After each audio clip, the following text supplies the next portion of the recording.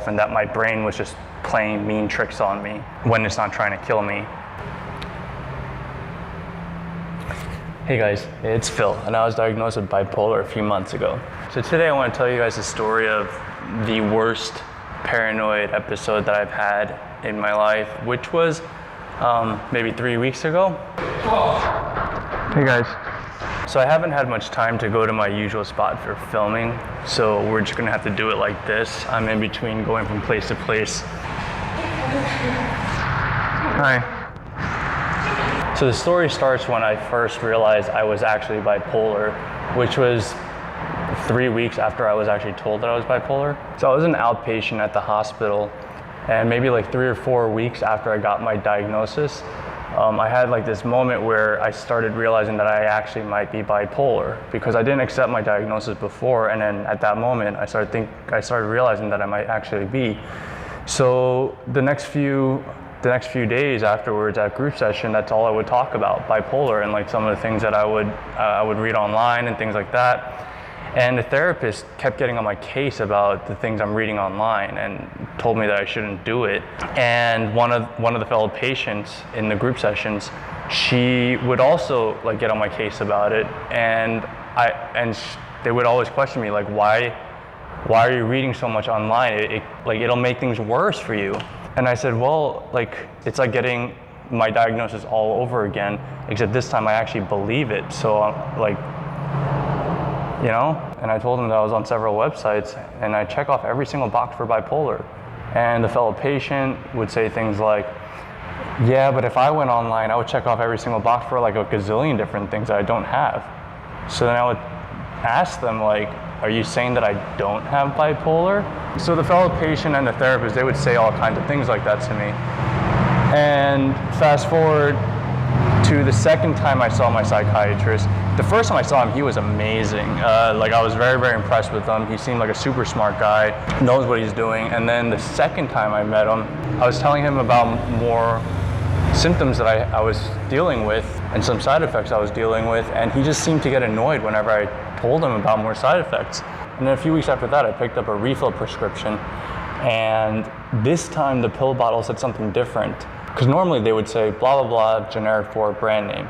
But this time they said blah, blah, blah, generic for blah, blah, blah. And then that instantly like flipped some switch in my head, and I just started thinking that those were placebos, and that there might be something in my hospital records that the psychiatrist read saying that don't believe this guy, he's just exaggerating his symptoms. His symptoms are actually very, very slight, and he just overthinks himself into worse symptoms. So basically, I thought that the therapist put something in my records and also asked my fellow patient to try to talk me out of it, and the doc was going to put me on placebos for several months and then try to talk me into getting better. And then a few months later would tell me, hey, see, I put you on placebos the entire time. You're not all that bad. And I talked to a few people about it, and they said, you know, it's like super illegal to give you placebos without your consent. And that kind of defeats the purpose of placebos. Like what I thought was like on the paper prescriptions, I thought that they put some sort of marking that a normal person wouldn't recognize, but a psychiatrist or a pharmacist would recognize.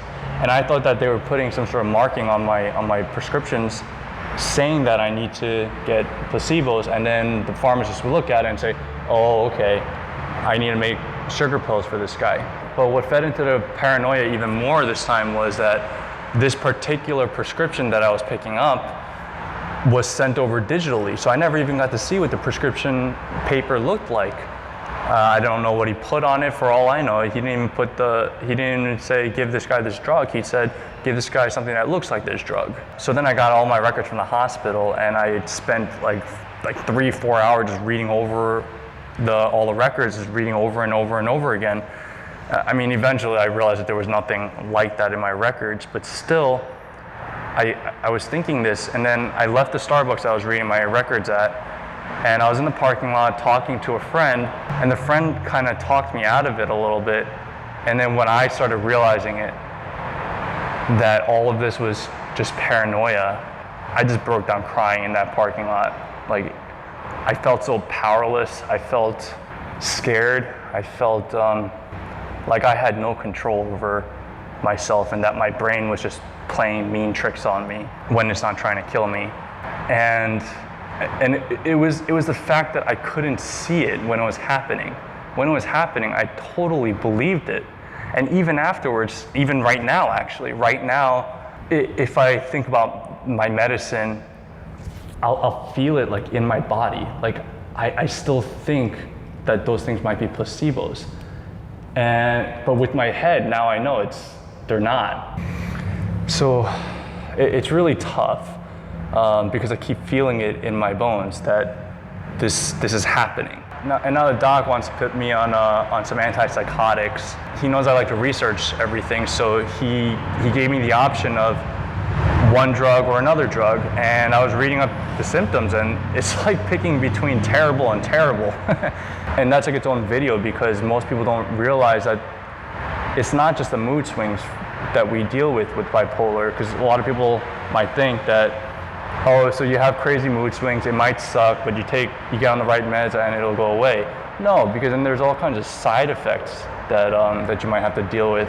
Looking backwards, I can't imagine how many relationships that I damaged in such a way. See, the danger with me is that I'll take an inkling of truth. And so because there was a little bit of truth, I won't try to talk myself out of it.